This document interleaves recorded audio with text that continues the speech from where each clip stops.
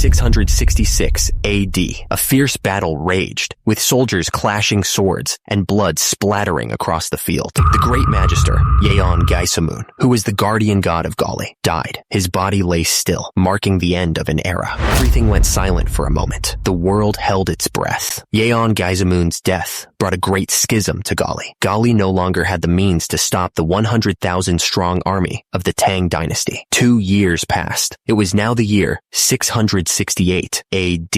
A blade flashed in the sun. A man kneeled on the wooden platform, awaiting death. Below, other soldiers looked on, and as he cried out, "Father, please spare me!" a general sat high on his horse, sneering at the Gali soldiers. He laughed. "Look at those Gali bastards trembling. Ooh, ha ha ha." The fighting continued without end. The man on the platform continued to beg, his voice cracking with fear. "Spare me. Please spare me. I beg you." A soldier responded coldly. "Blame your misfortune of being born in the wrong country." The man could only groan in despair. The executioner raised his sword, bringing it down with a sickening thud. Blood splattered across the platform. They gasped, recognizing the red three-legged crow flags in the distance. Gasp! Those people are the red three-legged crow flag? The cavalry charged forward, their armor gleaming in the sun. The soldiers shouted in excitement. "It's the black armored demon cavalry. Gali's cavalry has arrived." The soldier yelled at the top of his lungs, trying to keep everyone calm. "Do not panic." He looked absolutely furious. The general sat high on his horse, surrounded by his troops. He spoke with arrogance, believing their victory was assured. He gestured with his sword, declaring that the Gali scum were no match for them. A commander rode a war boar and charged straight toward the enemy. He shouted his challenge over the din of battle. "I'll show you, black armored demon cavalry commander. Face my spear." The black armored demon cavalry charged forward with unstoppable momentum, their hooves pounding the earth. They were a storm of steel and fury, ready to crash into the enemy lines. In a flash, the general's blade cut through the air, meeting its mark with deadly precision. The enemy commander on the war boar didn't even have time to react before he was struck down. The troops watched in stunned silence as the general's attack landed. They couldn't believe what they had just witnessed. The general, in a single stroke, the general stood tall over the fallen commander, his sword dripping with blood. The air was thick with the smell of death, a testament to his overwhelming power. Panic surged through the ranks as the troops realized the battle was turning against them. "Saint, stop him!" they screamed, desperate to stop the general's advance. The battle was a storm of steel and blood, a brutal dance of death. Soldiers screamed as they fell, their cries lost in the roar of combat. More and more soldiers fell, each death a brutal punctuation mark in the ongoing carnage. The air was thick with the smell of blood and the sounds of dying men. Ground was littered with corpses, a testament to the ferocity of the fighting. The realization hit like a hammer. The black armored demon cavalry. Another soldier lay lifeless among the carnage. A voice cut through the chaos, filled with dread. "Cursed war demons." A soldier braced himself as a spear hurtled toward him, the point glinting with deadly intent. The fight for survival was far from over. The general's gaze was firm, his eyes narrowed with determination. He knew what had to be done. A soldier shouted a warning, his voice filled with panic. Tang forces were swarming from the rear, threatening to overwhelm their position. Great Saja gave his orders clearly and quickly. He told Hui to lead the friendly forces to Pyongyang Fortress and protect the civilians. He assured him that Buru and Uru would hold off the enemy. The warrior gripped his weapon tightly. He declared that he would clear the path, his voice ringing with resolve. The spear surged forward, a deadly point leading the charge. The battle was about to begin again. The battlefield was a mess of clashing steel and desperate cries, a whirlwind of death. The Tang soldiers swarmed, their numbers pressing relentlessly against the defenders. The order came down to fall back. The soldiers shouted to stick close and run, warning each other not to look back at the approaching enemy.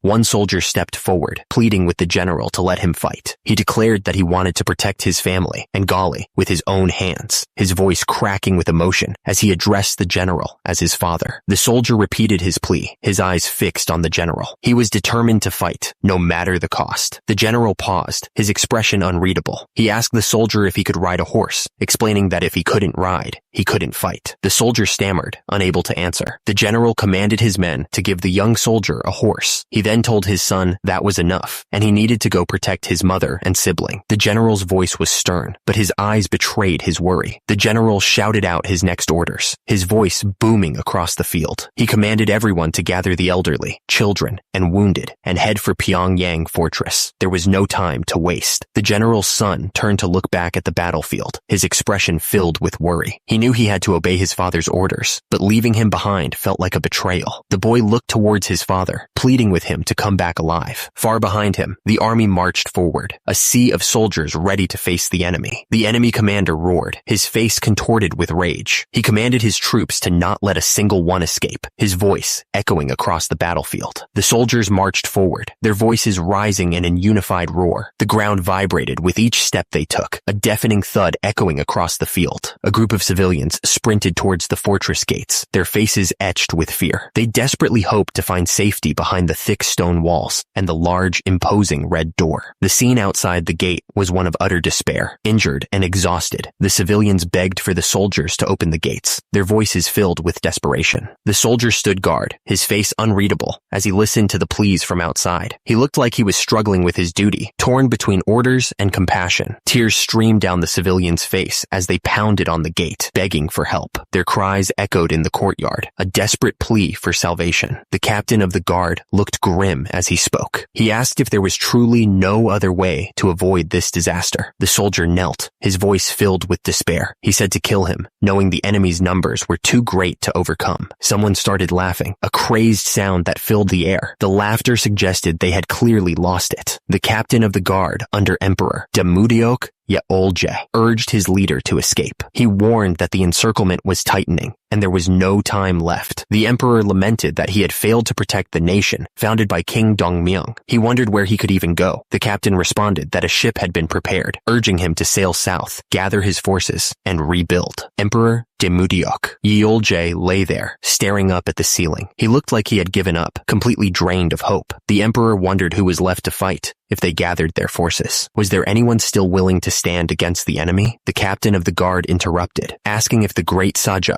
Go Jinshun, was still present. He seemed to be suggesting that Go Jinshun might be the answer. The emperor considered this. The great Saja, so he remained. The thought gave him a flicker of hope. The captain of the guard knelt before the emperor. He asked if his majesty would grant him one request. The emperor lay there, lost in thought. He was probably wondering what would happen next, and if there was any hope left. Delete entire narration. The ground was littered with bodies. The cost of war was being paid in blood. The armored warrior stood tall, his sword dripping with blood. Your death will be remembered by your son, he said, his voice cold and final. The battlefield was a scene of carnage. Dead soldiers and horses were scattered across the ground, a testament to the ferocity of the fighting. The warrior surveyed the battlefield, a sea of Tang Dynasty soldiers stretching before them. He said something. He then asked if they were scared. He grinned, proposing a contest to see who could kill more. He added, 2 warriors stood side by side, observing the unfolding battle. One of them said. The other responded with a simple, "Is that so?" The warrior turned, his back to the battlefield. It looked like moving forward would be tough from now on. One of the warriors turned to the other, a fierce glint in his eyes. He said something. The warrior grinned, his eyes gleaming with anticipation. He said something. The army advanced, a sea of mounted warriors moving as one. They were ready for anything, their spears raised high, reflecting the sun. From above, the battlefield spread out like a chessboard, with soldiers lined up on both sides. It was a terrifying sight, the calm before the storm. The fighting was about to begin. It was time to see who would survive. The warrior smiled, a glint in his eye. He was looking forward to the fight, ready to spill some blood. The final battlefield should be quite thrilling. The warrior's face was grim, his eyes narrowed with determination. He vowed that not a single enemy soldier would set foot inside Pyongyang Fortress. 2 men stood in the doorway, talking quietly. The air was thick with anticipation as they wondered what was about to happen. A lone rider approached the fortress gates, the sound of his horse's hooves echoing. People stopped what they were doing to watch him arrive, wondering what news he carried. The great Saja Go Jinshun obeyed the Yolji's command, and ordered everyone to retreat. The soldiers exchanged worried glances, questioning the order. One asked if retreating would put Pyongyang fortress in danger, but the other suggested that the Yolji must have a plan. The officer barked out orders, telling everyone to move to the ships prepared at the port. They were to await further instructions, but the urgency in his voice was clear. The soldiers figured that the Yolja intended to sail south and regroup his forces. One of them scoffed, calling him a noble. The soldier spat, saying that the Yolja had ruined the country and fled, looking pathetic. He muttered that he should have put a hole in his skull himself. He then shouted for the general. A messenger arrived, reporting that a Tang cavalry force of 500 was pursuing a carriage that had left Pyongyang fortress. He assumed it was another noble fleeing. The messenger's eyes widened as he realized something. The carriage had the Yolja's flag flying on it. The officer yelled, ordering the guards to form a shield. He told them to stretch out to cover the carriage, not letting a single arrow through. The Tang cavalry raced across the open land, kicking up dust. They were gaining on the carriage, determined to catch it. The soldier called out to the general, saying he would buy time and asking him to go on ahead. Go. Jinxian refused, saying that was nonsense. Someone shouted for the vice captain of the guard, calling out to him. The soldier looked at the others and yelled that they had to protect His Highness, the Crown Prince. The soldiers around him raised their spears, ready to defend the carriage at all costs. The rider coughed, blood splattering from his lips. He tasted iron and pain, knowing he'd taken a bad hit. Another rider went down, the force of the blow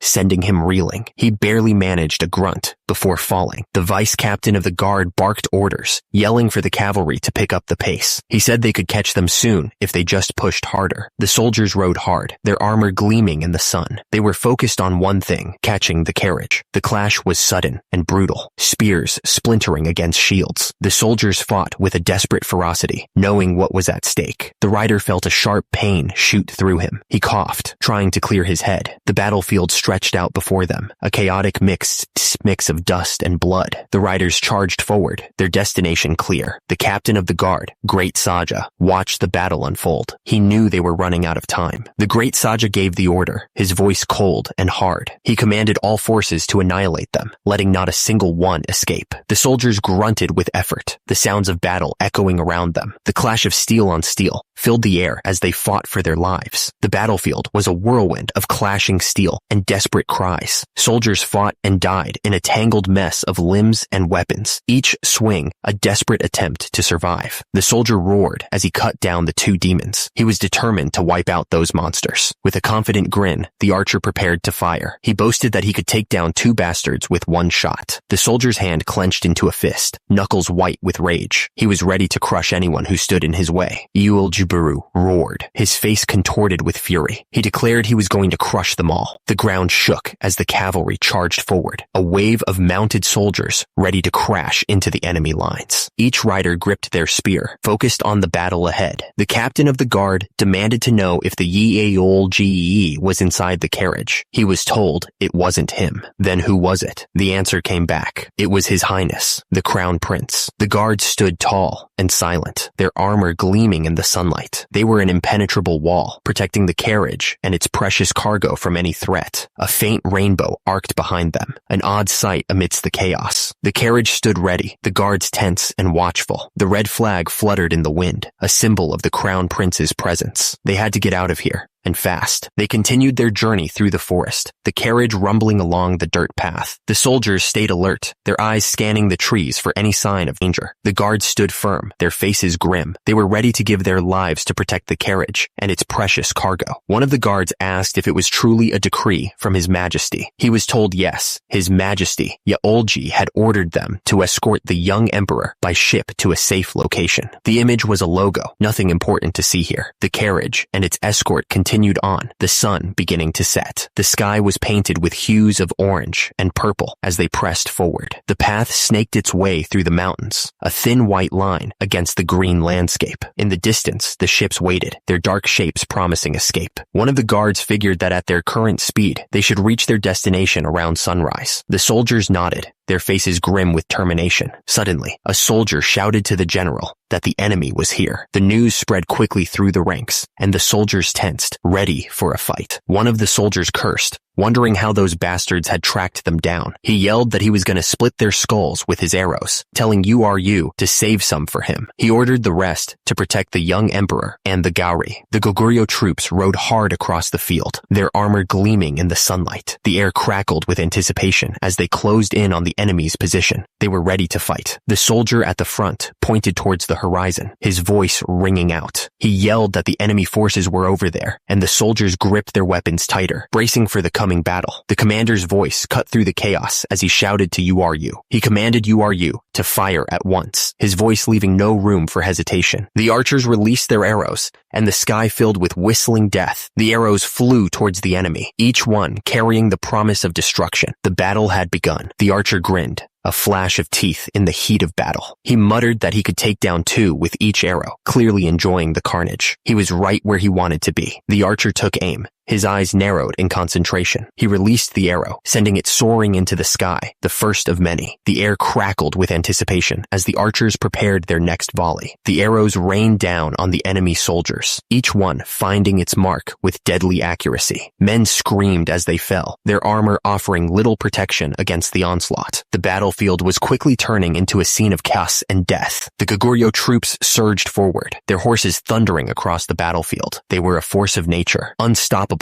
in their advance. The general surveyed the battlefield, his expression grim. He knew what was coming, and he steeled himself for the fight ahead. The carriage sped along the road, surrounded by its protectors. The dust kicked up by the horses' hooves billowed around them, a sign of their desperate flight. The woman held the baby close, whispering, "It's all right. We're almost there." She tried to soothe the child, hoping to shield him from the danger that surrounded them. Suddenly, the carriage lurched violently, throwing the woman and baby against the side. The baby cried out in terror, the sound piercing the air. Tang forces were coming from the coastline too. Shield bearers were ordered to come forward and block them. The clash was unavoidable. The order to raise shields echoed across the line. The soldiers braced themselves, knowing the enemy's attack was about to crash against them. The commander shouted for the soldiers to hold the line at all costs. They stood firm, a wall of shields and spears against the coming storm. The Tang cavalry charged forward, a wave of horses and steel. Arrows rained down on the defenders, each impact a test of their resolve. The commander's voice boomed across the battlefield, urging them to hold back the enemy until the young emperor was safely aboard the ship. He yelled for them to endure until the great envoy arrived. The soldier slashed through the enemy ranks, his sword a blur of motion. Each strike was a desperate attempt to hold back the tide, a dance of death amidst the chaos. The Tang army advanced, a sea of soldiers beneath their banners. They seemed ready to crush anyone who stood in their way.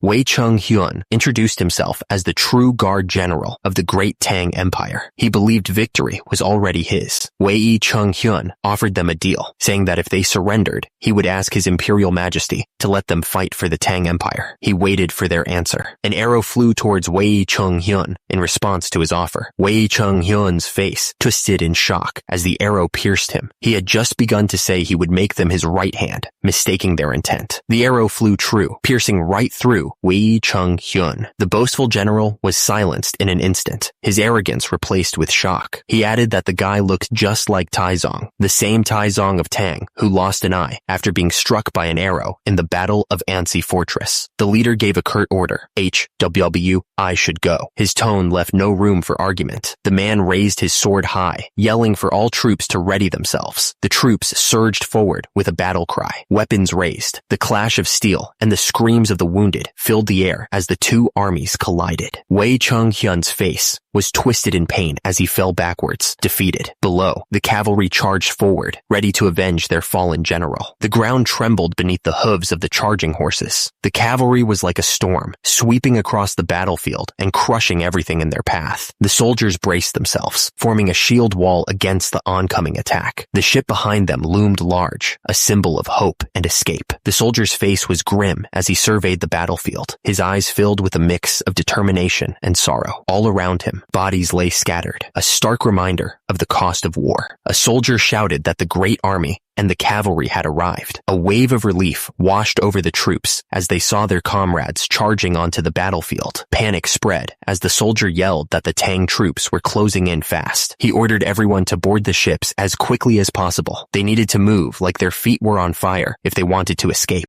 The ships sailed away from the beach, carrying the last remnants of the army. Every second counted, and the soldiers knew it. 2 soldiers stood guard on the deck, their eyes scanning the horizon. They knew the Tang troops wouldn't give up easily, so they had to stay alert. The fleet sailed onward, the setting sun casting long shadows across the water. Where they were going, no one knew, but they had to trust that it was better than what they were leaving behind. Despite all the chaos, the man held the sleeping baby close. He looked down at the child with a mix of worry and determination. He would do everything in his power to protect the young emperor. One of the armored soldiers asked what name His Majesty Yeolja gave the young emperor. The other soldier replied that His Majesty Yeolja named him Ulje. The first soldier acknowledged this and then asked what His Majesty's next command would be. The commander of the guards looked around urgently. He demanded to know where His Majesty was. Another soldier approached, holding out a scroll. He announced that His Majesty gave this to be delivered. The message read that His Majesty gave his final command to his younger brother. He was to take the child and the remaining survivors and go far, far away to live a peaceful life. The soldiers stood on the deck, gazing out at the horizon. They were sailing away, carrying out His Majesty's last command. Where they were going, no one knew, but they had to believe it was for the best. The text explained the meaning. This was an elder brother's last request to his younger kin. Wu Hyung was a humble term an older brother used when speaking to a younger brother. The soldier clenched the scroll, his expression hardening. He thought bitterly about how the man he could never bring himself to call brother now used that title to order him to flee. The soldier looked up at the commander, his face etched with worry. He asked what would become of Pyongyang Fortress now that they were retreating. Another soldier fell to his knees, begging the commander to kill him. The commander stared ahead, his face unreadable. A single drop of blood trickled down his cheek, a silent testament to the agony he felt at having to abandon their home. The commander stood tall, his armor gleaming in the dim light. Before him, a soldier knelt, head bowed in defeat. The commander stared down at the blood-stained scroll, the last orders he'd received. A fallen soldier lay nearby, a grim reminder of the cost of their retreat. The commander's face was etched with sorrow as he looked towards the burning city. He thought to himself that after 900 years of Gari, he couldn't protect them. The ship was caught in a raging storm, the waves crashing over the deck. It looked like they were about to be swallowed by the sea. The young emperor cried out, terrified by the storm. The ship rocked violently, threatening to throw him overboard. The ship fought against the storm, each wave threatening to swallow it whole. Many other ships struggled nearby, caught in the same watery hell. The storm's fury intensified as lightning flashed across the sky, briefly illuminating the ships below. The waves crashed down on them, threatening to drag them under. A massive wave crashed over the ship, sending it reeling. It felt like the ship was about to be torn apart. The ship was completely surrounded by the raging storm. It was all alone.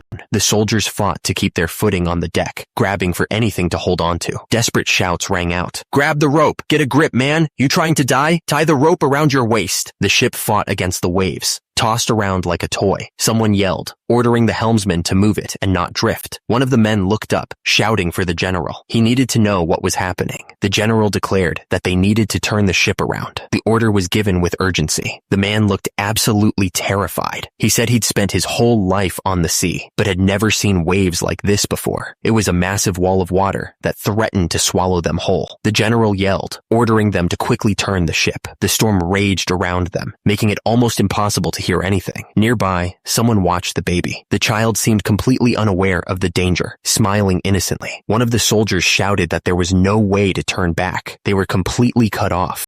The general screamed at the top of his lungs, ordering them to push through the massive waves. His voice was full of desperation. Another soldier raised his sword, declaring that this was His Majesty Yolja's will and the battle of the Gari Navy. He looked absolutely determined. The soldier stood firm against the storm, raising his sword high. Lightning crackled around the blade, but he didn't flinch, his eyes fixed on the raging waves ahead. The order to break through the dark echoed across the ship. The fleet was tossed about like toys in a bathtub, each ship fighting its own battle against the monstrous waves. The storm seemed determined to swallow them whole, and the air was thick with the roar of the wind and the crash of the sea. On deck, the soldiers clung to anything they could find, their faces grim but resolute. The wind howled around them, and the rain lashed down like whips, but they stood their ground, ready to obey the general's command. The water churned and foamed, a swirling mass of chaos that threatened to pull the ships under. Each wave was like a mountain crashing down, testing the strength of the vessels and the courage of the men aboard. The ships were caught in a maelstrom of wind and water, tossed about like toys. Waterspouts danced across the surface of the sea, each one a swirling tower of destruction. Suddenly, a blinding light erupted from the heart of the storm, washing over everything. It felt like the world itself was being torn apart. Someone called out to the young emperor, their voice barely audible over the storm.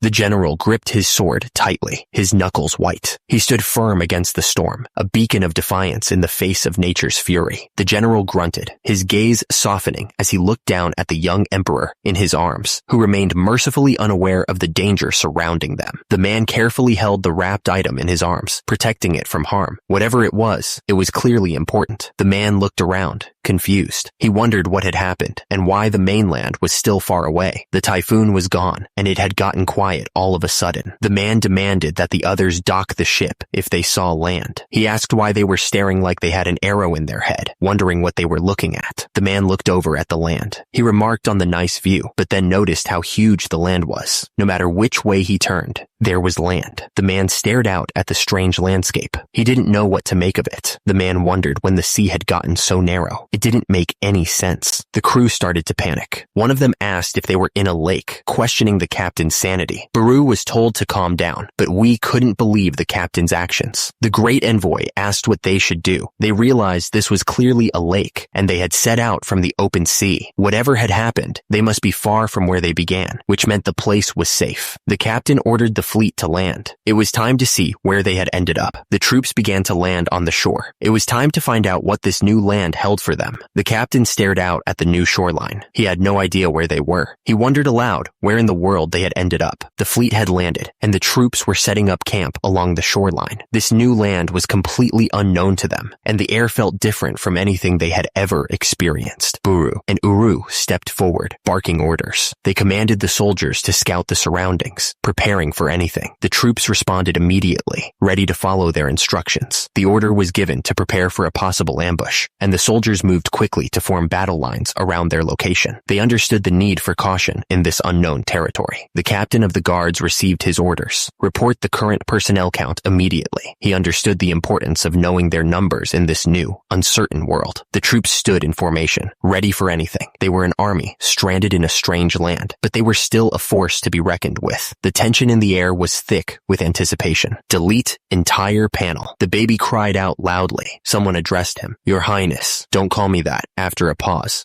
Understood. Then I'll just step aside for a moment. Someone asks, what's the matter? It seems you saw Sophie. Is that so? The three men stood around the baby, looking down at it. They seemed unsure of what to do next, their faces showing a mix of concern and curiosity. The man stared intently, his eyes narrowed with determination. He demanded that something be changed immediately, his expression leaving no room for argument. The three men looked down at the baby again, their faces now etched with worry. They seemed to realize the gravity of the situation, their concern growing with each passing moment. The man's voice boomed across the area, his face contorted with urgency. He shouted for someone to call the captain of the guards, his command echoing through the air. The man's voice was hoarse as he called out for the captain. He desperately needed the captain's leadership, his shout carrying a sense of urgency and desperation. The soldiers moved through the forest, their steps carefully planned. From above, their formation looked like a well-oiled machine, ready to strike at any moment. One soldier said they only needed one wild boar from Gojo Mountain, but then immediately contradicted himself, pointing out there wasn't even a single ant in sight. He then scolded someone else as a little brat for being rude to an elder.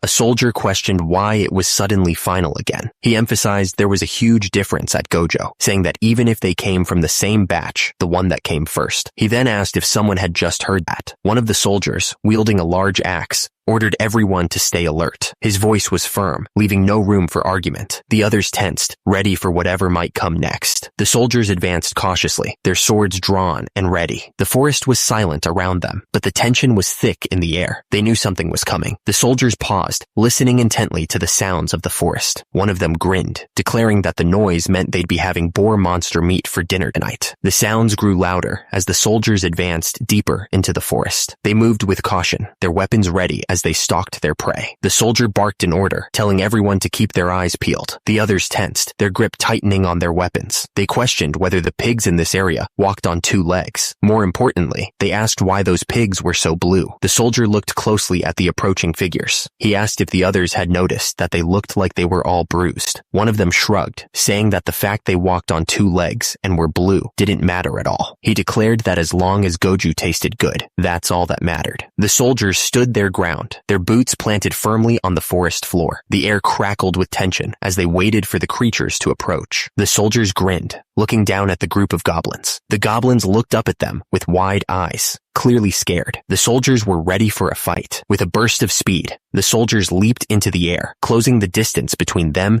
and the goblins in an instant. The goblins didn't even have time to react before the soldiers were upon them. The soldiers' scream echoed through the forest, a desperate cry for help, but the sound was abruptly cut short as a group of orcs appeared, their faces grim. The woman gasped for air, her chest heaving with each shallow breath. She was clearly struggling to keep it together as the situation spiraled out of control. A soldier yelled out, his voice filled with desperation. He was calling for the ambassador, hoping he could do something to help. The man stood his ground, his body tense and ready for a fight. He would protect the others, no matter what it took. Someone addressed the captain of the guards, their voice filled with concern. They reported that the child had changed, and no one could explain why. The man looked down, lost in thought. Meanwhile, in a room adorned with banners, the captain of the guards knelt before another man, a young girl standing nearby. The man's eyes widened as he looked at the scroll in his hands. Turns out, it was another letter from His Majesty Yahello, with instructions to deliver it once they reached their destination. The man with the sword asked if there were 2 letters. The captain of the guards apologized and confirmed that was correct. She was the daughter of Yul Rayuhwan, the captain of the guards, who stayed behind to protect me. The letter continued, explaining that was why I sent her to you. I apologize for deceiving you. The fortress was falling, engulfed in flames. It couldn't be helped. Someone had to make the call. Otherwise, everyone would have thrown their lives away trying to defend the indefensible. Though born of the emperor's bloodline, he didn't want to put someone like you, who has spent your life on the battlefield, through such cruelty. He wanted to reassure the man. He told him to not blame himself for failing to protect the country. It wasn't his fault. As I, who rose to the throne of Yahello,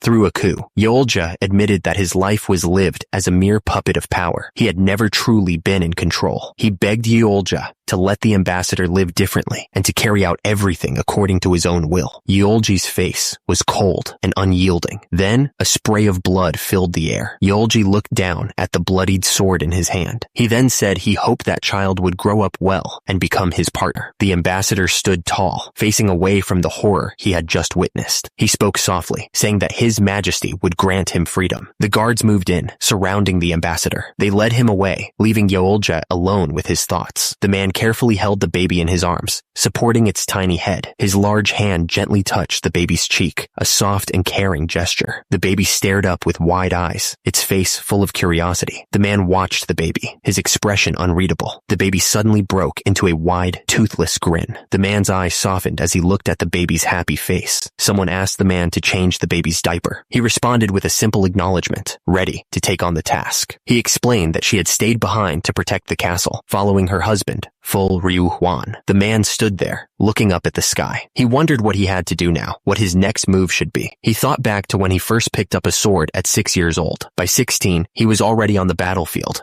ready to fight. He remembered when they abandoned their homeland and fled. He was at the very front, fighting to protect everyone. As someone born from the emperor's bloodline, even if he was a bastard, his duty was clear. He had to protect the empire, no matter what it took. But now, standing on this strange shore, the reason for his existence seemed to have vanished. What was he supposed to do now? He stared up into the sky, the colors shifting above him. What then should he draw his sword for? What was his purpose here? Inside the tent, a scout reported on the surroundings. He had scouted the forest near Gojo, but found no enemies. The scout reported that the atmosphere of the forest was different from Dong or Sila. Some of the trees looked a bit different too. But the strangest thing was the creatures walking on two legs. The general looked absolutely furious. He demanded to know what the meaning of the interruption was. Had an enemy appeared? The soldier stammered, his eyes wide with fear. It seemed heaven was angered. What? Heaven was angered? The soldier hesitated, unsure of what to say. He looked up at the sky, trying to find the right words to describe what he was seeing. The soldier finally spoke, pointing up at the sky. He said that the moon had given birth, and the offspring were twins. He looked at the others with a strange expression. The soldier looked up at the sky in disbelief. He pointed out that the moon wasn't giving birth, and the stars were different too. It was like they were in a completely different world. The other man listened carefully, taking in the bizarre news. The officer tried to remain calm, saying that at least they didn't have to worry about the Tang army right now. The other soldier agreed, but his face showed he wasn't convinced. The officer repeated himself as if to convince himself. Delete entire description. The S name was displayed. Delete entire description. The orcs charged, weapons raised, ready to attack. One of them yelled at the pig, demanding to know where it thought it was going, and triumphantly announced that he had caught the blue pig. A man stood firm, his expression stern. He commanded the pig to hold still, his voice filled with authority. The man frowned, deep in thought. He wondered if the pigs here walked on two legs naturally, or if they were actually people wearing pig masks. The orcs continued their assault on the pig, swinging their weapons wildly. The pig, surprisingly, kept repeating, "Let's talk human," over and over. One of the men commented that the pigs sounded like they were talking like people. The other man looked at him strangely, asking what he was talking about and if he had ever seen a pig talk. The first man paused, then admitted that was true. The man tickled the orc relentlessly, telling him to hurry up and just die already. The orc screamed from the tickling, squirming in the man's grasp, desperate for it to stop. The man continued to beat on the orc, unimpressed by the screaming. He found the whole thing pretty noisy, actually, like the orc was doing it on purpose to annoy him. One of the men wondered what was going on. The other man replied that they were performing some kind of ritual, though what kind, he didn't know. Woo! And another man continued to beat the pig. One of them wondered why they were tickling it, suggesting a smiling sacrifice would be better. He then told URU to tickle him properly, because they had to keep him smiling. Great Lion told BURU and URU to stop what they were doing. BURU asked why he was interrupting them. Great Lion said they could do the ritual later, because they needed food first. The man with the axe was told that since the pig was blue, it might be sick. Suddenly, a voice called out. The general sighed, asking what it was this time. Had a dog or a cow started walking on two legs? He then asked how they even knew about it. Everyone stared in stunned silence. The air crackled with tension as they tried to process what they were seeing. Anyway, back to the action. The order was given to grab weapons. One of the soldiers asked what that thing was. He wondered how a cow could walk on two legs. The command to block them echoed through the ranks. The soldiers braced themselves, raising their shields to form a wall against the incoming threat. The creature charged forward, its massive frame eating up the distance. The order to throw was barked out. Instantly, a volley of spears flew through the air, aimed at the charging creature. The fight raged on, a chaotic dance of steel and fury. But for a brief moment, the world seemed to pause. The spears found their mark, piercing the creature's thick hide. Fury twisted his face as he watched the battle unfold. The battlefield was a chaotic mess of soldiers and strange creatures, locked in a deadly struggle. The horned creature was caught in a brutal assault. Steel flashed as the soldiers pressed their attack, their weapons finding their mark. The fight went on. The man yelled, confused by the situation. He couldn't believe what he was seeing. He shouted at the soldiers to shoot their arrows at the cow, demanding to know what they were all doing. Arrows flew, piercing the creature's hide. The impact of the arrows caused the beast to stumble back, roaring in pain. The man looked closely at the rope. His eyes narrowed in suspicion. He wondered if someone was trying to start a power struggle with him. The man didn't hesitate. He yelled for the soldiers to fire. The rope weapon shot forward with deadly speed. The arrows rained down on the horned creature, each one finding its mark. The force of the arrows caused the beast to stagger. The horned creature knelt on the ground, defeated. Arrows stuck out from its body, a testament to the soldier's deadly aim. The man screamed at the cow-like creature, calling it a bastard and commanding it to die. He watched as the creature fell, finally defeated. The horned creature lay lifeless on the ground, a pool of blood spreading around it. The arrows that had struck it were now still, marking the end of the fight. The man stood over the fallen beast, his large axe dripping with blood. He had won, but the fight had clearly taken its toll. The silence hung heavy in the air. URU asked if it was okay to eat the cow bastard. He added that the great lion wouldn't tell them not to eat it again, right? The man was shocked. There were 3 more of those creatures, and now there was even a dog running around. The battle was a mess of blood and steel. Creatures and warriors clashed, each blow carrying the weight of desperation. The ground was littered with bodies. Someone called out to URU, suggesting they split up and take them out half and half. Then they wondered who would get the last one. The other man shrugged and replied, "Who knows?" A warrior's sword flashed, cutting through one of the creatures with ease. The impact echoed through the air. The battle raged on, a chaotic dance of death. Each warrior fought with everything they had, their faces grim with determination. The Minotaur roared,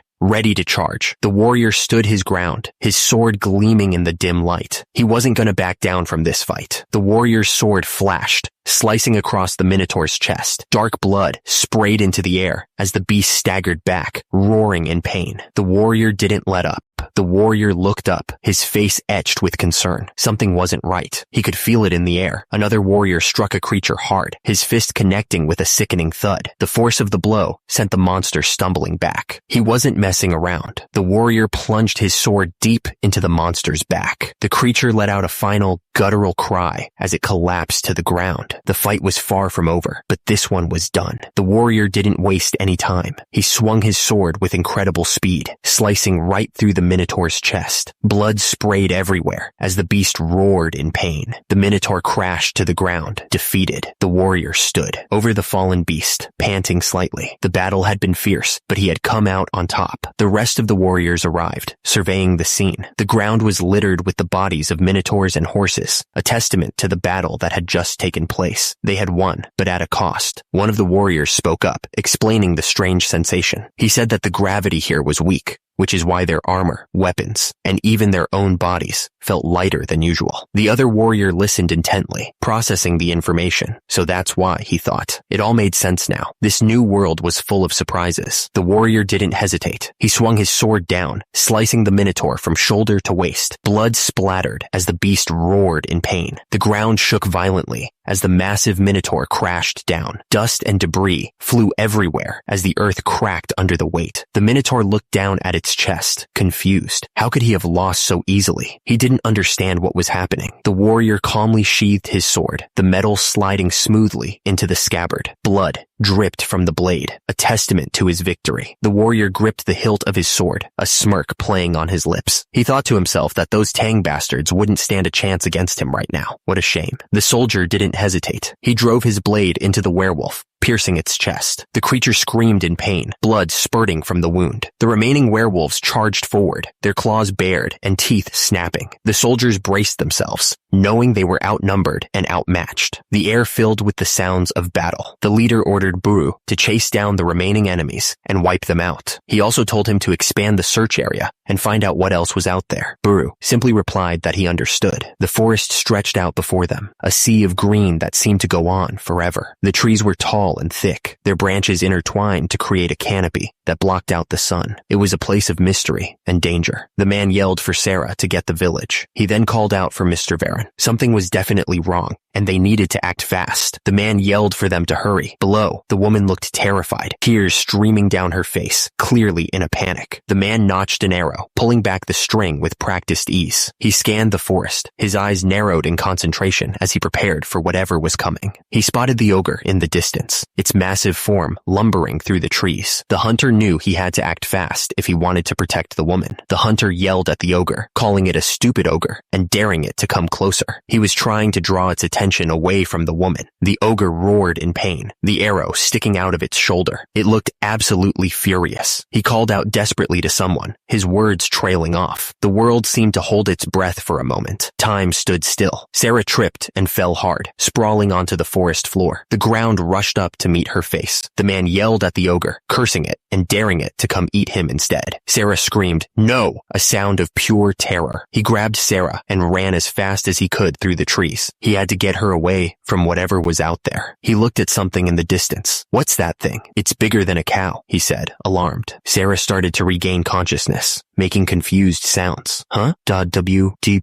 she mumbled weakly. A dwarf appeared before them. You were in danger, young lady, the dwarf said to Sarah. The man stared in shock. A dwarf? He exclaimed. The dwarf stammered, barely able to speak. Eminai, that was close. Eminai looked at him in disbelief. Dwarf? Eminai gave the dwarf a strange look, clearly confused. Dwarf? What's that supposed to mean? Suddenly, a voice shouted a warning. The dwarf looked up, startled. The ground shook as something massive crashed down. Dirt and rocks flew everywhere from the impact. Back in the forest, the dwarf continued to carry EMI-NAI, looking around cautiously. The girl's eyes widened in horror as she looked down at the body. Reflected in her pupils, she saw the figure responsible for the brutal attack. The attacker swung down with incredible force, the blade slicing through the body. A spray of blood and gore filled the air as the body split apart. The man and the girl stood frozen, their faces etched with disbelief. The scene before them was a gruesome display of power. The man yelled in disbelief as he watched the ogre fall. It was unbelievable. The ogre went down in one hit. The man stood over the fallen ogre, breathing heavily. The air was thick with the smell of blood and death. The story continues. Someone observed that it must be high order, EMINNAI, commenting that it wasn't bad. BRU spoke in what seemed like another language. Great Rune, BRU, Nalere, Irene, BRU, which was translated as asking for forgiveness and thanking the Earth Clan. Back at the camp, soldiers were moving around. Someone told Soraya not to worry. Soraya told her uncle that she was too hurt to move. She insisted that he escape and warned the village. The uncle refused to leave her alone. He told her to stop babbling. The uncle told Soraya to speak so he could understand her. He tried to reassure her, saying that if an orc bites you, but you keep your wits, you survive, right? He was clearly trying to stay positive. Someone noticed a woman with golden hair. Her skin was so pale, it was almost unreal. He wondered if all the locals were this gorgeous, and if this was the West. The man doubted that the people were punitive force soldiers. He reasoned that there were no black hair, black eye troops in the kingdom. He was trying to figure out who they were. Ji Woong Sam told someone to beat it, clearly annoyed by their staring. He looked absolutely furious. The camp was a hive of activity, soldiers running in every direction. It seemed like something big was about to happen. Ji Woong Sam tried to communicate with the locals. Locals, I guess. Guiltio, can you understand us? He asked, trying to figure out if they could communicate. Guiltio replied that High Order had told them his name, but he couldn't grasp anything else they were saying. The group waited, watching Ji Woong Sam try to make sense of the situation. They needed to figure out where they were and how to get back home. He realized that they didn't know exactly where they were. He shouted to the soldiers. Besides the walking pigs and cows,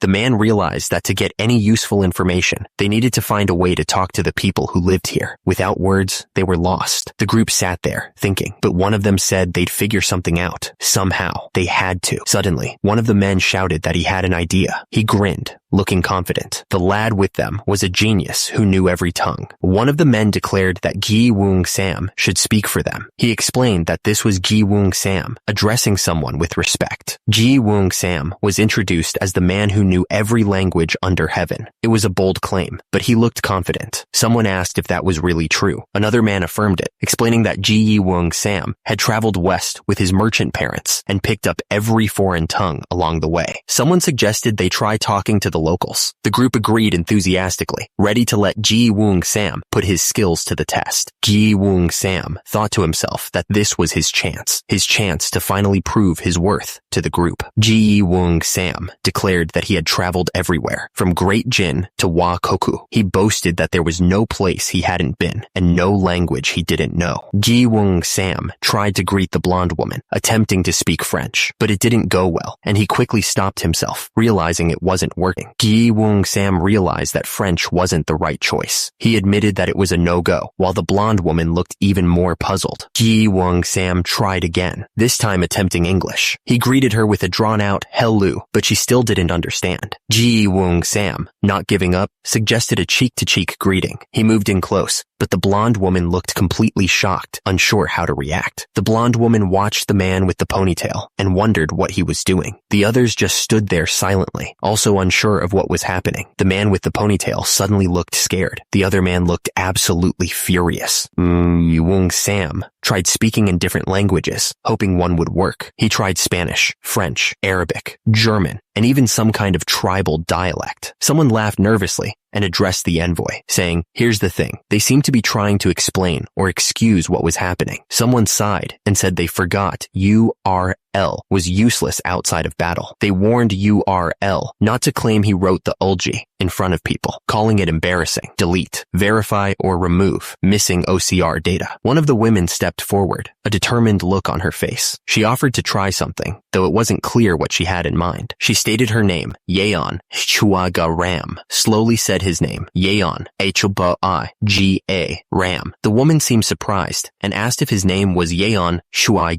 Ram. Yeon Shui Ga Ram, then asked the woman for her name. She paused for a moment before answering simply, Sarah. The crowd murmured amongst themselves, finally understanding that her name was Sarah. Yeon Shui Ga Ram looked absolutely pissed. He realized that was all it took, and he already knew her name. He was frustrated, muttering that he had even called her name twice before. Someone was talking to BRU, thanking him and commenting on his good memory. The speaker was laughing heartily, clearly in high spirits. One of the men dismissed BRU's behavior, saying he was just talking nonsense and that they should let him have his fun. He suggested they call it a day. The man interrupted, saying he still had something to take care of. He looked determined. Night had fallen over the military camp, casting long shadows across the tents. The air was still, but the camp was bustling with activity. Inside one of the tents, two men sat at a table, the only light coming from a flickering candle. The atmosphere was tense, as if they were discussing something important. Baron Alvin sat at his table, calmly eating his food. He seemed unfazed by the chaos around him, already planning his next move. Night, Yuk Lion Teluman stood nearby, his armor gleaming in the dim light. He watched the Baron with a stern expression, ready to carry out whatever orders came his way. He reported that the mercenary band would soon seize the farming village, and referred to those fleeing the kingdom as vermin. He declared that he would make them pay for that. The military encampment bustled with activity, soldiers moving about their duties. Tents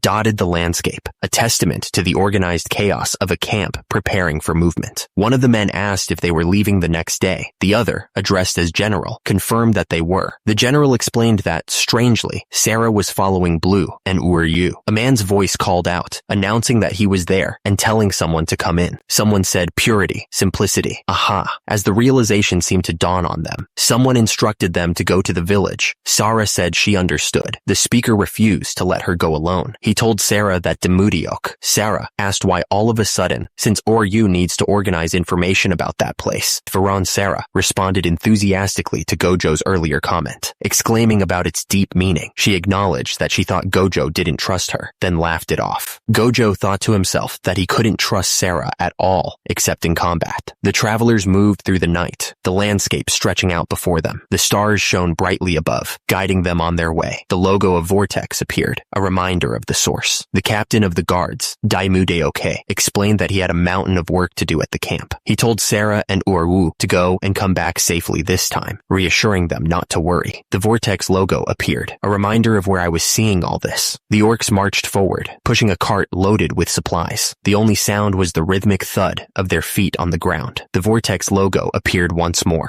One of the soldiers pointed into the distance and shouted, "I can see the village over there." "Everyone stop," someone shouted. "Hey, liar." The soldiers tensed, ready for anything. The man questioned if his harsh training was just a bonus, wondering if they even learned to speak in 10 days. He looked absolutely furious. The man riding the horse groaned, clearly annoyed. The other man shouted that they should stop talking and just ask if that was the right village, making sure his order was understood. The soldiers rode on, a tense silence hanging in the air. They were getting closer to the village, and everyone was on edge. Sam said that the villagers might be surprised, so Sarah and he would go first to explain the situation. He thanked Buru. A duck quacked nearby. Buru looked absolutely furious, his face contorted with rage. He swung his axe down at the man on the horse, shouting, asking if he thought he was equal to him and where he got off talking like that. Buru suddenly realized he was about to thank the guy, but he was still pissed that the guy used casual speech, calling him a little punk for it. Someone told Buru to stop, saying he was scaring the kid. Sarah didn't even seem surprised by his outburst. The man on the ground had a creepy smile on his face. He seemed to be enjoying the chaos. Buru came to the conclusion that saying thank you scares people. He figured he needed to warn the villagers about that first thing when they arrived. The village entrance was completely empty, not a soul in sight. An eerie quiet hung in the air, broken only by the gentle breeze. The man and woman walked into the village, looking around in confusion. The man wondered out loud where everyone had gone. Someone pointed towards the main square, urging them to hurry. There was a sense of urgency in their gesture, as if something important was happening there. They made their way to the village square, the buildings around them casting long shadows. The air was thick with anticipation, a feeling that something was about to happen. The man suddenly put a finger to the woman's lips, silencing her. He looked around cautiously, as if afraid of being overheard. The village chief looked up at Captain Miorin, demanding an explanation. He couldn't understand why Miorin hadn't stopped the orc horde, especially after promising to do so in exchange for food and money. A group of armed men stood behind Miorin, watching the scene unfold. The man leaned in close to the village chief, a sneer on his face. He wondered if the village chief was just naive because he was a farmer, or if he was simply too old and dull to understand what was happening. The man wrapped an arm around the village chief, his voice dripping with false concern. He explained that risking their lives to fight orcs wasn't worth it when they could make easy money by capturing everyone in the village. He chuckled at the thought. The man's expression hardened as he turned to his men, issuing orders. He told them not to injure the women and to avoid crippling the men, emphasizing the importance of their commodity value. The man's voice was cold and ruthless as he gave the final command. He ordered his men to kill anyone without commodity value. A group of villagers screamed as the mercenaries attacked, their cries echoing through the village square. The villagers screamed and begged for their lives as the mercenaries swarmed them. They cried out to their fathers, hoping someone would save them from this nightmare. A mother held her baby tight, tears streaming down her face. She begged the man to at least spare her child, clinging to the hope that some shred of decency remained. The man sneered down at her, his eyes cold. He told her it all depended on what she did. His words like a slap in the face. Without a second thought, the man kicked the woman. She went crashing to the ground, still desperately trying to shield her baby from the violence. A man screamed at the mercenary, calling him a bastard, but the mercenary didn't even flinch, continuing to kick the person on the ground with brutal force. The mercenary grinned, his teeth bared. He asked the village chief if living as a slave wasn't better than being eaten alive by orcs, his words dripping with sarcasm. All around, the villagers were getting beaten to the ground, their faces contorted in pain as the mercenaries kicked and punched them without mercy. The village chief, lying on the ground, lamented their decision to flee the kingdom's tyranny. He realized it was a mistake to trust people so easily, his voice filled with regret. He weakly warned Varen and Sarah to never come to this place. His words were a desperate plea, hoping to protect them from the horrors he was now facing. The village chief closed his eyes, wishing that at least those two would be safe from harm. His body was battered, but his spirit still held on to a flicker of hope. The village chief urged Sarah to quickly go and inform others about what was happening. He then turned to the unknown man and asked what he was going to do.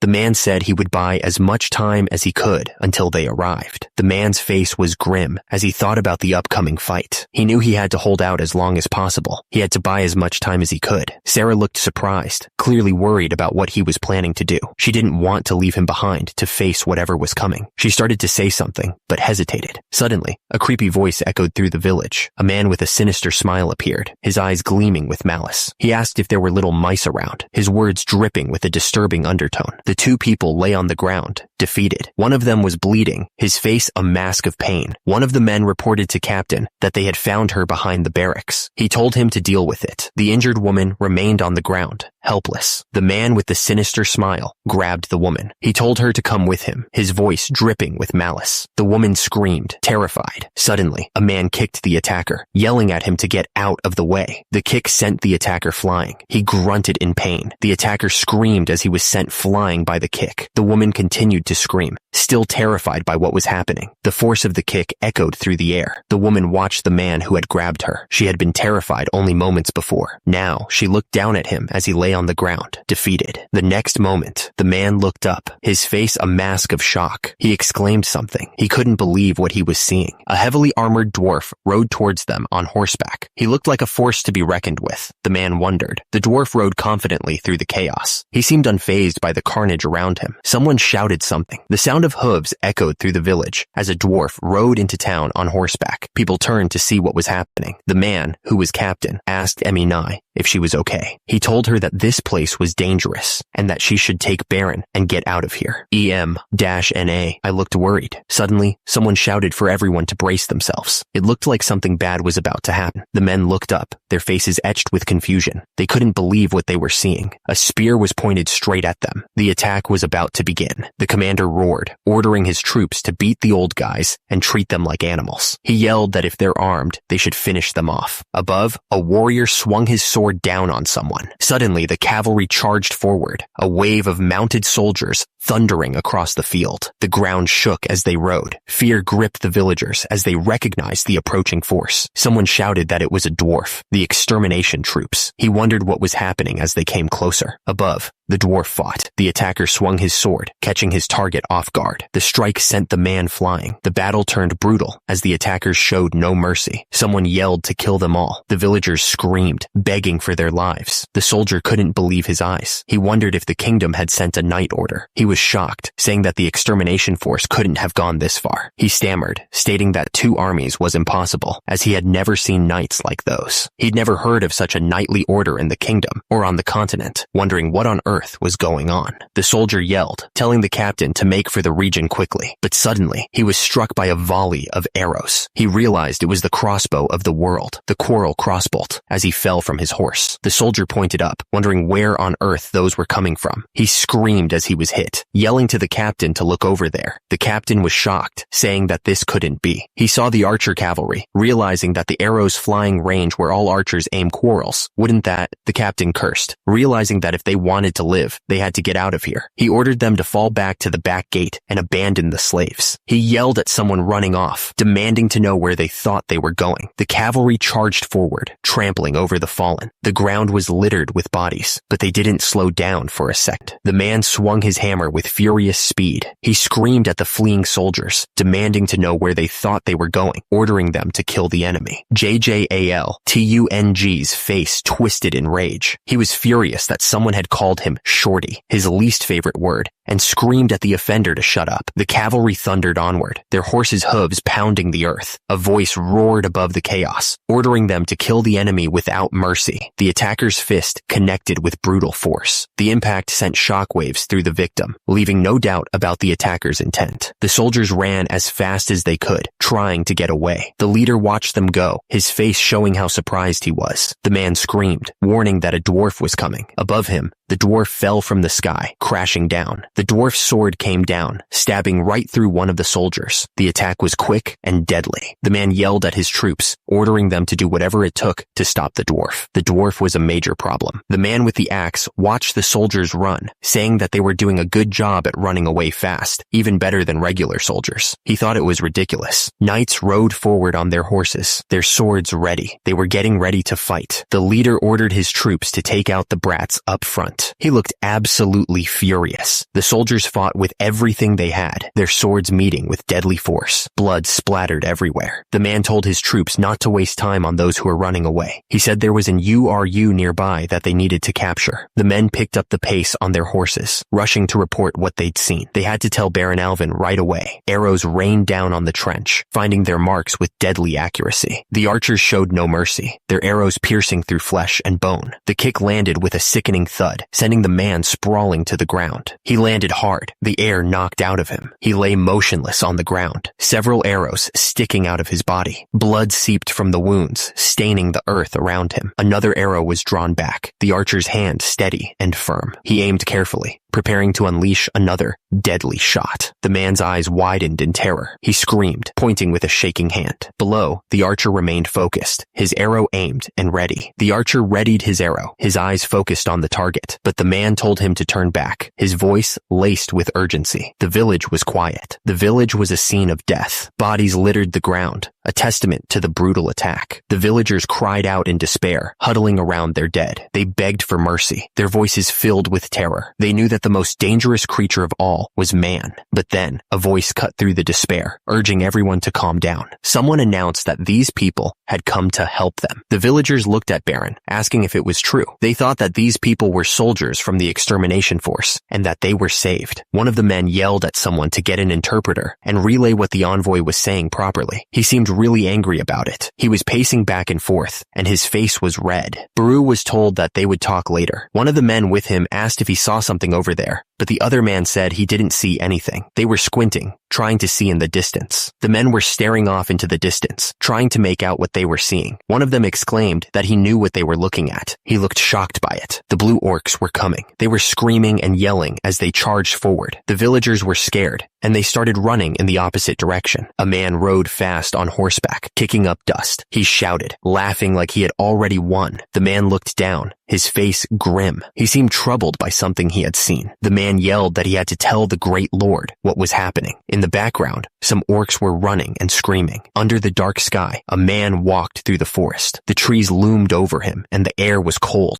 A horde of orcs was charging forward, screaming. But then, a man yelled at the top of his lungs, calling someone a liar. The man ordered everyone to gather up every able-bodied man with a bow. The soldiers responded, yelling. Far away, the horde of orcs advanced, grunting and snarling as they moved through the forest. Their numbers seemed endless. The air grew heavy with anticipation. Everyone knew what was coming. One of the archers looked at his bow with confusion. He wondered what he was supposed to shoot with, since it wasn't a wooden bow. The man yelled, calling someone a liar. He ordered them to signal their white-haired friends when he gave the signal. He then demanded to know how many arrows were left. The soldiers reported their remaining arrows. 5, 7, 6. The man in charge listened intently, then ordered them to gather every last arrow into their quivers. Deep in the forest, the horde of orcs continued their advance. Their grunts echoed through the trees as they moved closer to the village. One of the archers looked at the advancing horde, a flicker of doubt in his eyes. He knew the bows were good, but could they really take down that many orcs from this far away? Suddenly, a chorus of screams erupted from the orc ranks. Something had them terrified. The archer grimly stated the obvious. If they didn't take down at least 2 orcs with every shot, they were all doomed. The odds were stacked against them. The order to fire rang out, and the archers released their arrows. The arrows flew with deadly speed, striking the orcs with brutal force. Deep within the forest, the orcs were suddenly ambushed. Something tore through their ranks, and they didn't even know what was happening. The man watched in disbelief as the orcs fell, unable to even see the arrows. He realized that these weren't just bows, they were magic items. He immediately ordered the Ghost Horse Brigade to follow him. He sprinted towards the door, his face etched with urgency. He had to get to the general. He shouted for the general, his voice filled with desperation. He needed to tell him what was happening. The man's eyes went wide as he shouted something. He looked absolutely terrified. Suddenly, the orcs were caught in a deadly ambush. They were being torn apart, not even knowing what hit them. The attack was clearly a hit and run. The enemy struck hard and fast, leaving the orcs in disarray. The orc laughed like a maniac. He cackled. The orc roared. He looked eager to chase down his prey. The orcs charged through the forest, their heavy footsteps shaking the ground. They ran as fast as they could, eager to get to the fight. An orc fell from the sky, taken completely by surprise. Below him, the men on horseback were ready for the next attack. The orcs stood their ground, weapons ready. Suddenly, one of them looked up, his face showing confusion. He wondered what was going on. Chief Mukable roared, threatening to tear apart anyone who dared to run from the humans. He was determined to lead his horde to victory. The orc raised his weapon high, promising victory to those who fought with him. He urged the warriors to show the humans the true valor of the orcs. Chief Mukable, the hero and strategist, roared out a command to his army. The orcs responded with a deafening cheer, shouting his name over and over. Chief Mukable's eyes burned with fury as he gave the order. He commanded them to split into 4 groups and attack the village without mercy. The orcs surged forward, their numbers overwhelming. They raced toward the village, eager to spill blood and cause chaos. One of the men looked completely shocked. He couldn't believe what he was hearing. Panic set in as the men realized the danger. Someone shouted for everyone to hurry back to the village and prepare for the attack. The orc roared, a guttural sound that echoed through the trees. He towered over the fence, ready to attack anyone who dared to stand in his way. The spear thrust forward with deadly speed. The orc didn't hesitate, driving the weapon straight through the man, felling him instantly. The orc stood over his fallen foe, blood dripping from his spear. He snarled, promising death to anyone else who dared to oppose him. The man lay motionless on the ground, his life extinguished in an instant. The scene of the attack was gruesome, a testament to the orc's brutal strength. Suddenly, the orc screamed in agony as an arrow pierced his arm. He stumbled back, clutching the wound and roaring in pain. The archer watched in desperation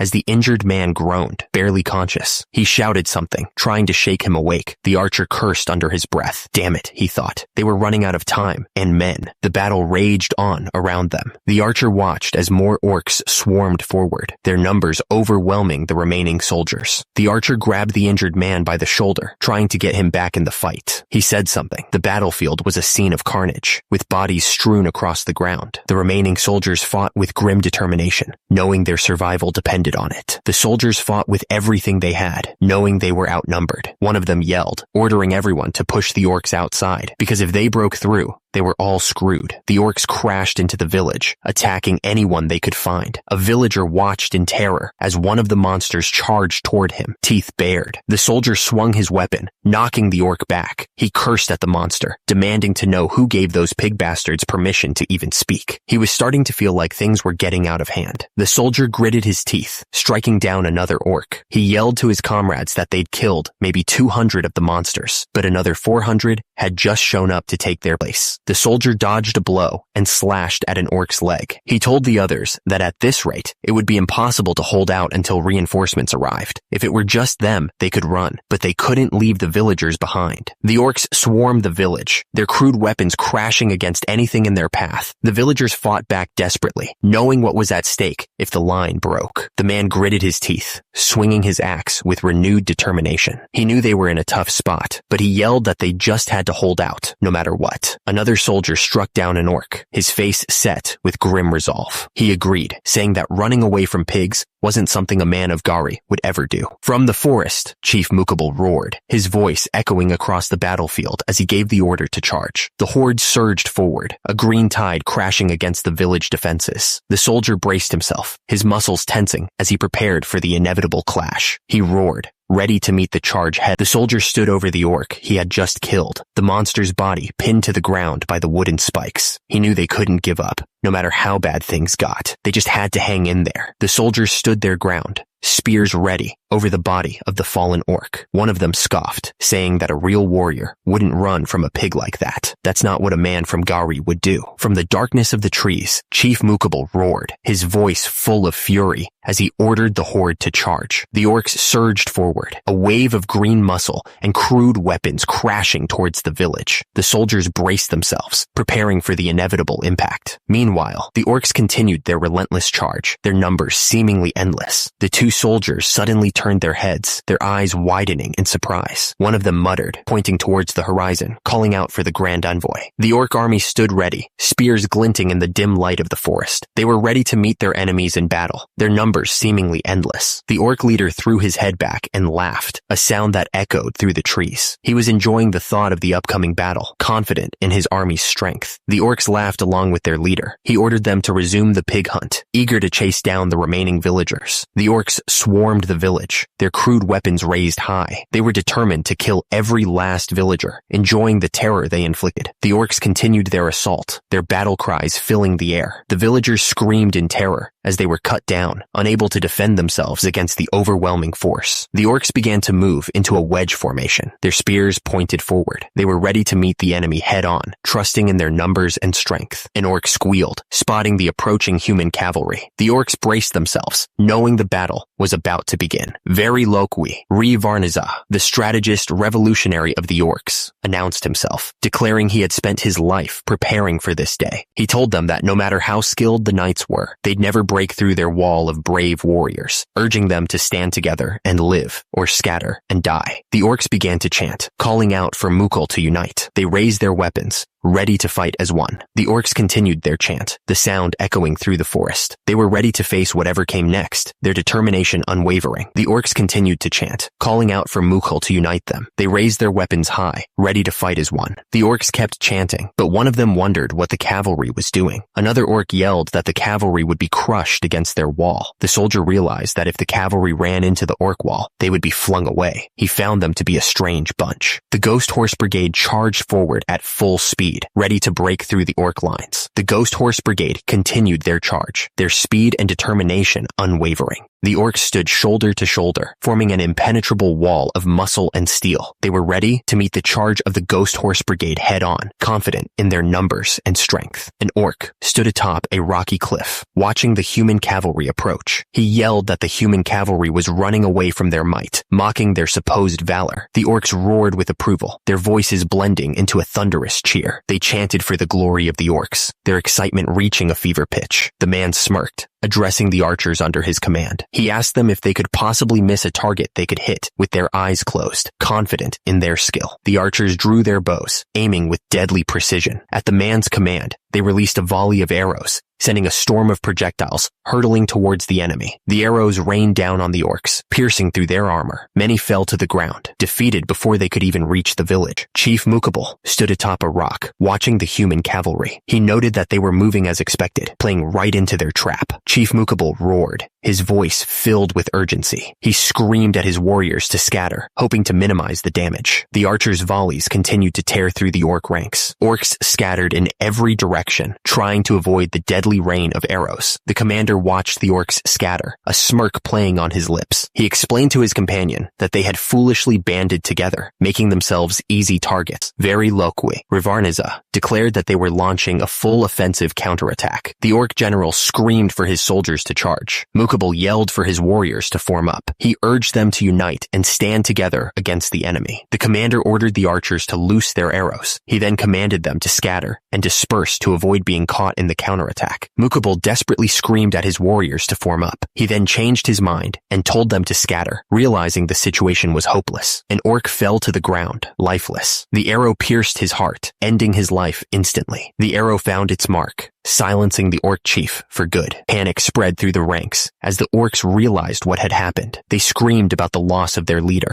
The commander showed no mercy. He coldly ordered his troops to slaughter the remaining orcs. There was no room for prisoners. The orcs broke and ran, fear driving them forward. They desperately tried to escape the archers' arrows. The battle paused for a moment. The human soldiers cheered, their voices echoing across the battlefield. They were celebrating their victory over the orcish horde, relieved that they had survived. The village was safe, at least for now. The sound of hooves echoed through the area. The mounted soldiers rode in tight formation, their armor glinting in the sunlight. From above, the scale of the army was clear. The soldiers moved with purpose, their numbers stretching as far as the eye could see. The villagers stared up in shock, their faces etched with a mixture of relief and disbelief. They couldn't believe what they were seeing. The soldiers towered over the grateful villagers, their presence a stark reminder of the power that had saved them. The cost of that power was clear in the blood on the ground. The commander's voice boomed across the village. He demanded an interpreter, calling for Tiora to come forward. He needed someone who could speak the local language, and he needed them now. The armored commander announced that they would be leaving right away. The soldier looked up at him, surprised by the sudden order. The soldier pointed, trying to show the general something important. The commander followed his gaze, waiting to see what was so urgent. The villagers asked what would become of them if the orcs left now. They begged the commander to consider their safety, their voices filled with desperation. The villagers dropped to their knees, begging the commander to protect them. They pleaded with him, seeing him as their only hope against the coming darkness. The commander turned to the soldier and asked if he wanted to become a slave. He questioned if there was really any difference between that and living in a kingdom, his voice laced with cynicism. The commander looked down at the villagers, his voice echoing with conviction. He reminded them that they were people who lived to protect their nation, their families, and their people. He emphasized that they didn't take up the sword to protect the strong, only to hand everything over to others. A villager, wounded and dying, begged to be saved. The commander dismissed his pleas, stating that this land was their kingdom alone. He questioned if they didn't understand that they must protect their own kingdom and that they shouldn't have summoned people they couldn't handle. The commander declared that a kingdom protected by the strength of others was bound to fall. He then presented them with a choice: become slaves or take up a sword and risk their lives to protect their families. The commander raised his sword high, the metal glinting in the sunlight. He declared that if they took up the sword, they would become his people and his family. The commander watched the villagers, his expression unreadable. He waited for them to decide, the fate of their village hanging in the balance. The commander declared he would go back. The crowd watched as he turned his horse around, his decision final. A villager stepped forward, shouting that he would take up the sword himself. The commander stood silently, watching the man's sudden display of courage. The woman looked at her son, Euron, and asked him if he would protect his family, even if she died. She was desperate to know if he would carry on if she fell. Euron held the sword tightly, his small hands gripping the hilt. Another villager shouted that he would fight, inspired by the boy's bravery. The commander looked down at Euron, his expression stern. He pointed out that Euron's grip on the sword was sloppy, showing no emotion for the boy's courage. The commander showed Euron the proper way to grip a sword. He told him that now that he held it correctly, he mustn't think about dying. The commander stared intently at Euron, telling him that he must live to protect his family. Euron looked up at him, his expression firm. The air hung heavy with anticipation. Everyone knew what was coming next. The order came from above: retreat. The Goguryeo army turned as one and began their retreat. The soldiers moved with practiced precision, each one trusting the others to cover their escape. The sky above was filled with crows. They flew in every direction, their dark shapes a stark contrast against the bright blue.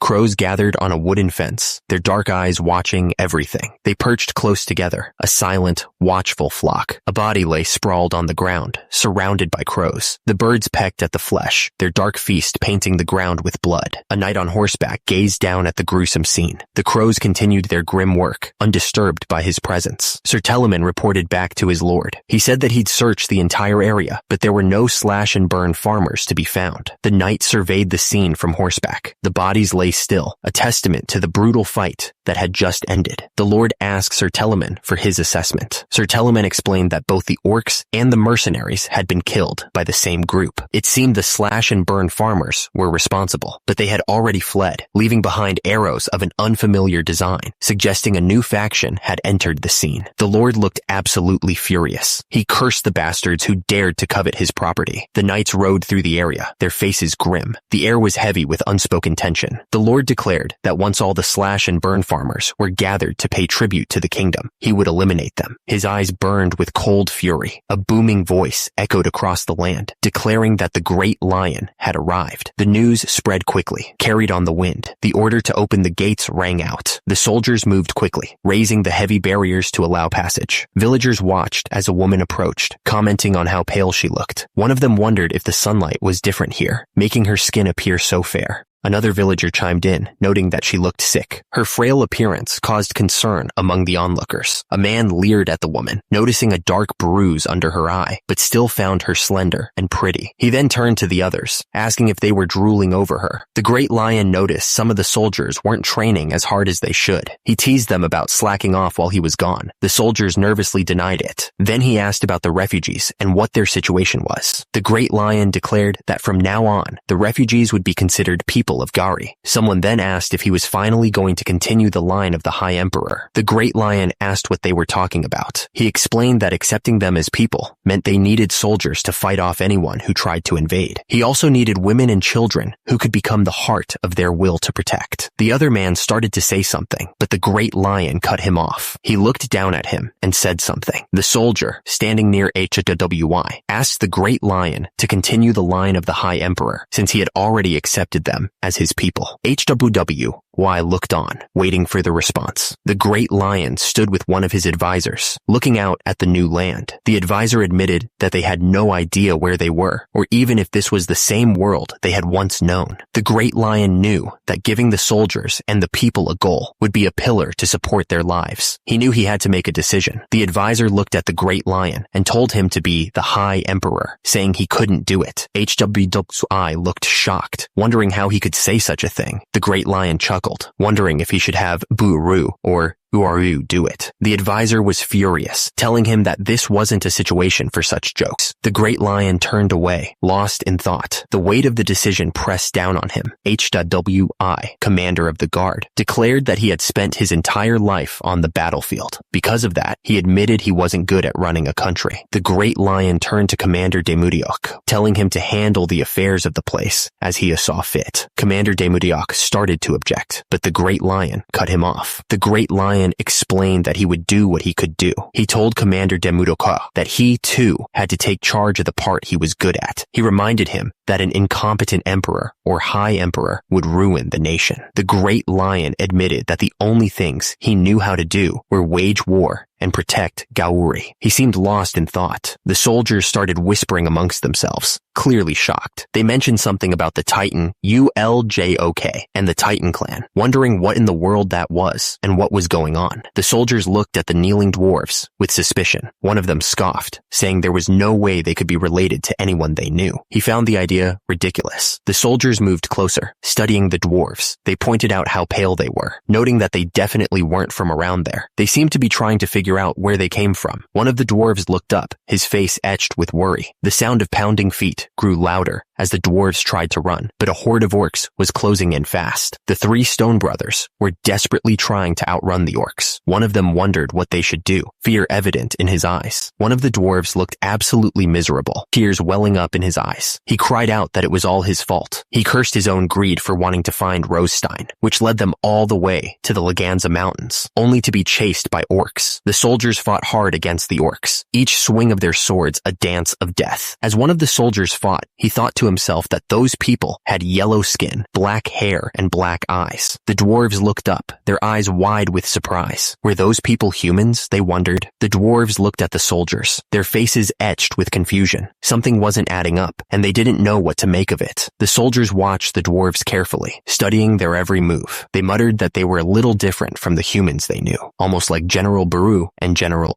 Meanwhile, back at his workshop, Old Man Jang, Gauri's blacksmith, was hard at work. The sounds of hammering and forging filled the air. One of the soldiers watched the dwarves working at their forge, his brow furrowed in thought. They seemed to be blacksmiths, all right, but he couldn't figure out what they were doing all the way out here. One of the dwarves lifted a metal bar, examining it closely. He marveled at the perfect balance and the pure iron, wondering how a human could create such a weapon. Suddenly, a shout rang out, cutting through the air. An orc guard yelled to open the gates, announcing that the great lion had arrived. The blacksmiths stopped what they were doing, their eyes widening. They were clearly shocked by the announcement. Two heavily armored men rode into the area on horseback. One of them grinned, calling out to his brothers. One of the dwarves looked up, his eyes widening. He was amazed by the person's height, bronze skin, and black hair. He realized the legend was true, and that was why all the weapons here were made. The blacksmiths watched the dwarves, confused by their reaction. The dwarves glared down at the blacksmiths and demanded to know what this nonsense was all about. They seemed furious and ready for a fight. The blacksmiths just laughed like maniacs at the dwarves' anger. One of them taunted the dwarves, asking them what all this was about. The general stood alone on the ship, gazing up at the night sky. The stars seemed so distant and unfamiliar, a reminder of how far they were from home. He was deep in thought, trying to figure out what to do next. The general spoke with a calm, steady voice, acknowledging the gravity of their situation. He pointed out that they didn't know where they were, or even if this was the same world they once knew. He urged them to make a decision, knowing that their future depended on it. The great lion stood in the water, his expression serious. He commanded them to carry out everything according to his will, his voice echoing with authority. The great lion remembered his past, lying on the dock. He had been a descendant of the High Emperor, but because he was an illegitimate son, he'd spent half his life on the battlefield. The great lion's expression was unreadable, but his eyes were full of determination. He stared into the distance, lost in thought. The Gauri he sought to protect had gone up in flames. The great lion remembered coming all this way to protect the High Emperor's legitimate line. Unable to even turn his horse back, it turned out the child wasn't a boy, but a girl. Furthermore, the child born within the royal household wasn't even a descendant of the High Emperor. The soldiers waited, their faces grim. The great lion knew he had to make a choice for the soldiers who believed in him. If this was the world he came from, he would build his strength and strike the Dang. If not, then continuing the history of Gauri would be his duty and purpose for those who followed him. The great lion lion stared ahead, his face unreadable. The gravity of the choice weighed heavily on him. He wondered aloud if the die had been cast, not sure if he was ready to face the consequences. The great lion walked down the dock, his footsteps echoing in the night. He approached the gate, his resolve hardening with each step. There was no turning back now. The base sat nestled on the coast, a beacon of hope in this new world. The mountains stood guard in the distance, silent witnesses to the birth of a new nation. The future was uncertain, but the potential was undeniable. The construction site buzzed with activity, the sounds of hammering and sawing filling the air. A watchtower was going up, a sign of the growing settlement and the promise of security. Turns out, the slash and burn farmers and the soldiers had become pretty close. In fact, they'd grown close enough to start falling in love, which was pretty unexpected. It only took about a month for those bonds to form. The food problem? Solved. Thanks to the seeds the slash and burn farmers brought, everyone could eat. As for those dwarves, turns out they weren't just blacksmiths, but skilled architects too. So, the housing problem? Also solved.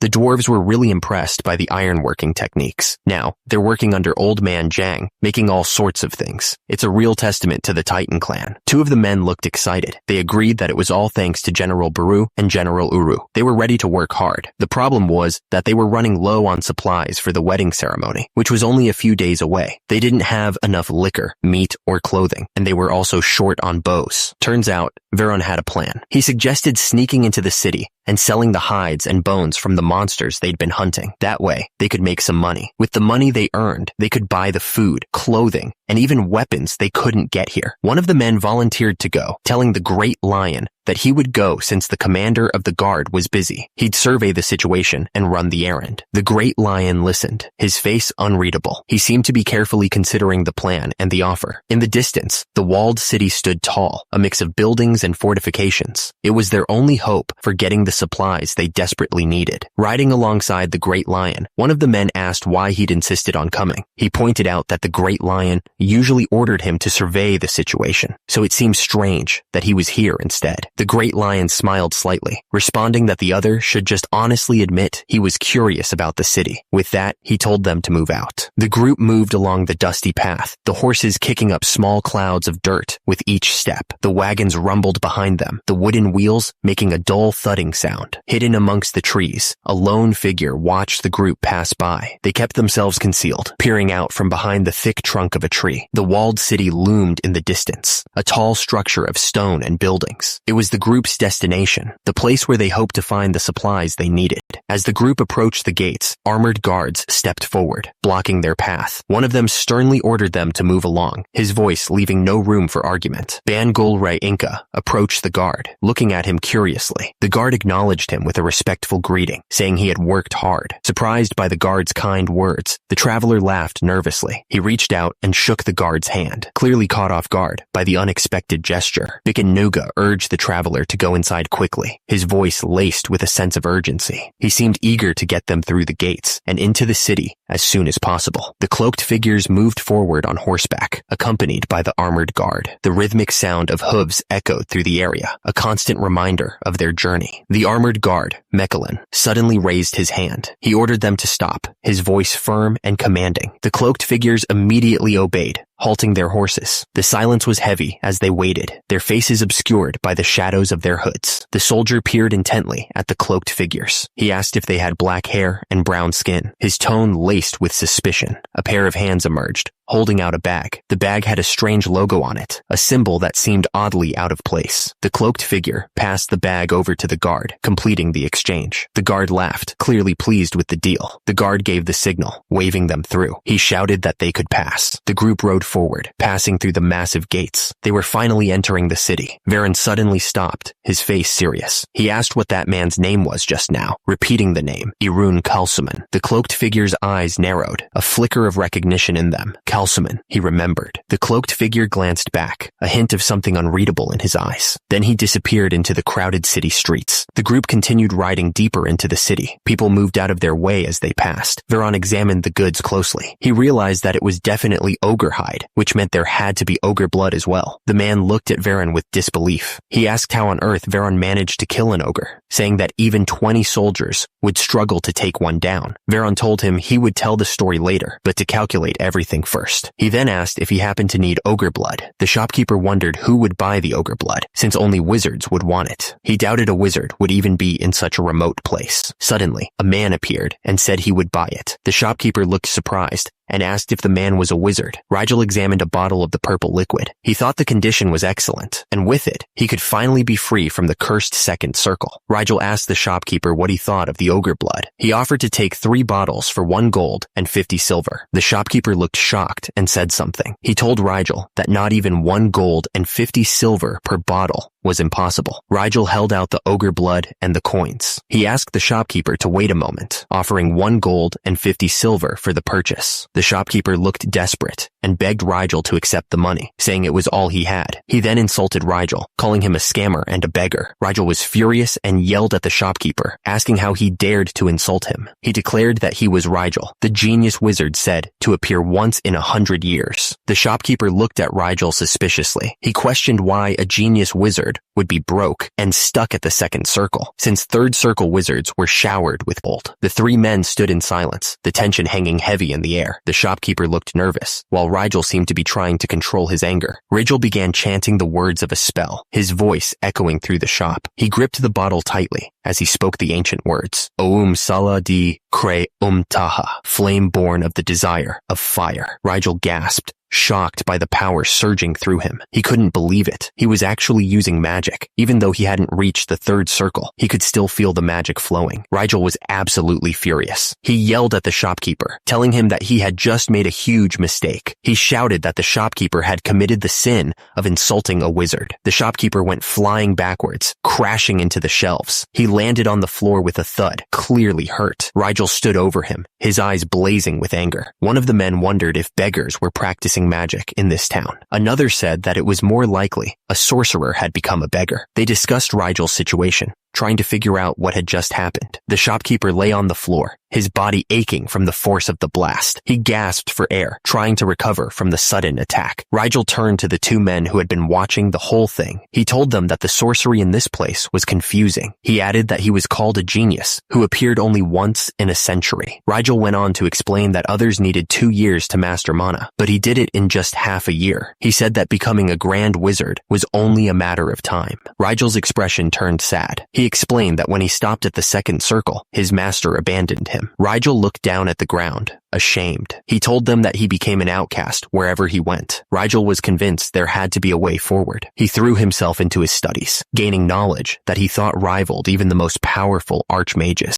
Despite all his efforts, Rigel couldn't get past the second circle. He felt like he was banging his head against a wall. Rigel begged his master not to leave him. He was sure that if he could just get his hands on some ogre blood, he could finally reach the second circle. One of the men wondered if they were heading back so soon because of the old guy. He'd heard that the wizard in this land was supposed to be rare and really smart. The other guy asked if he'd kidnapped the wizard, afraid someone else would snatch him up first. The man scoffed, saying that was total nonsense. He'd simply brought him along. One of the men wondered what they were planning to do with Rigel. The other guy shrugged, saying he was rare and valuable, so why not grab him? Rigel woke up with a start, tears in his eyes. One of the men noticed and asked why he was crying. The captor acted all innocent, saying it was natural to cry after being kidnapped. He even complained about the double standard, saying when he does it, it's love, but when others do it, it's a crime. Rigel glared at his captors, thinking they were fools. They must not know that a simple rope couldn't hold a wizard like him. Rigel began to chant, calling on the power of mana to shake its strength with him. He was determined to break free from his bonds. Rigel gathered mana, his eyes glowing with power. He yelled that his energy bolt spell, though only second circle, was not something to be taken lightly. But before the spell could hit its mark, one of the men casually raised a hand. A surge of energy met Rigel's bolt, stopping it dead in its tracks. The system flashed the word block, confirming the man's incredible defense. The air crackled with the remnants of the spell's energy. With Rigel's attack easily deflected, the group continued on their way. They didn't even bother to look back, leaving Rigel stewing in his frustration. Rigel looked absolutely stunned. He stammered, wondering how anyone could stop his spell. The man looked amused, finding the situation quite thrilling.